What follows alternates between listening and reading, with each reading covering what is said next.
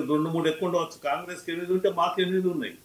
ఈ ఆంధ్రప్రదేశ్కి పోతే 25 ఇట్లా 22 స్థానాలు అక్కడ మాకు ఎన్డీఏ కూటమికే ఉన్నాయి.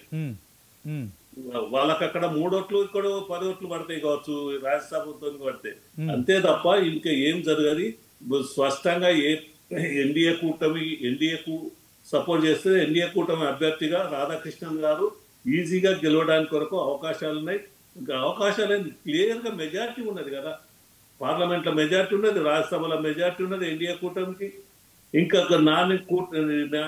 నాన్ ఎన్డీఏ కూటమి వాళ్ళు కూడా మొన్న కేటీఆర్ గారు చెప్పినారు, మీరు చూసినారు, కాంగ్రెస్ పార్టీ పరిపరిచినట్టుంటే సుదర్శన్ రెడ్డిని మేము తప్పకుండా దాన్ని వ్యతిరేకిస్తామని అన్నారు.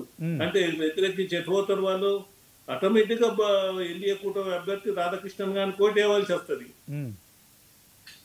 మరొక వైపు ఎలక్షన్ కమిషన్ మీద కూడా ఇండియా కూటమి ఒక అభిశంసన చేయడానికి సిద్ధమవుతున్నట్టు వార్తలు వస్తున్నాయి. ఇదే క్రమంలో ఎలక్షన్ కమిషను మరి చాలా అంటే ఓట్ చోరు గద్దీ చోడు అనే ఒక నినాదాన్ని మరొకసారి రాహుల్ గాంధీ తీసుకోవడం కావచ్చు, పాదయాత్ర చేస్తున్నా అన్నాడు కావచ్చు.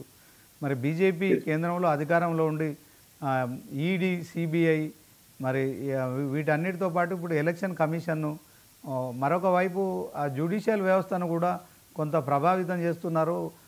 మరి కేంద్రంలో అధికారంలో ఉన్న బీజేపీ ప్రభుత్వం అనే దాంట్లో చేస్తున్న కాంగ్రెస్ పార్టీకి సంబంధించి అగ్రనేతలు రాహుల్ గాంధీ కావచ్చు, మల్లికార్జున్ ఖర్గే కావచ్చు, వీళ్ళంతా చేస్తున్న ఆరోపణలు ఎట్లా చూస్తారు? వాస్తవానికి అది దాంట్లో నిజం ఉందంటారా?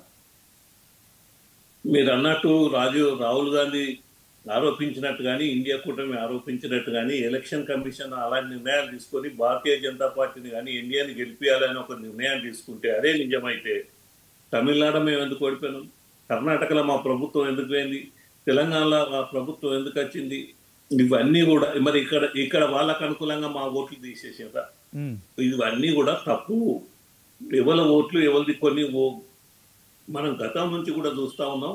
తప్పకుండా కొన్ని ఓటర్ లిస్ట్ లో ఇక్కడ స్థానికంగా వాళ్ళు అధికారులు ఏదైతే ఓటర్ లిస్ట్ తయారు చేస్తూ ఉన్నారో అందులో కొన్ని పొరపాట్లు జరుగుతూ ఉన్నాయి. ఒక ఓటు ఇంకొక కాడ పడుతూ ఉన్నది. ఇది గతం నుంచి ఉన్నది, ఎన్డీఏ ప్రభుత్వం కన్నా ముందు నుంచి ఉన్నది. ఎన్డీఏ ప్రభుత్వంలో కొన్ని జరగచ్చు కానీ ఈ ఓట్లను తీసేసి గెలుస్తారు, ఓటు చోరీ, ఇదంతా తప్పుడు ప్రచారం అండి. ఎక్కడనైతే ఎక్కడ వాళ్ళు గెలవలేకపోతా ఉన్నారో, ప్రత్యామ్నాయం కాలేకపోతా ఉన్నారో, మోడీ యొక్క నాయకత్వానికి కానీ మోడీ యొక్క పర్సనాలిటీకి కానీ సరైనటువంటి పర్సనాలిటీ దొరకలేక వాళ్ళు అనేకమైనటువంటి అవస్థలు పడుతున్నారు. పాపం వాళ్ళ కష్టాలను దేవుడు చూస్తాడని నేను అనుకుంటా ఉన్నా కానీ వాళ్ళు ఆరోపించినవన్నీ నిజం కాదు.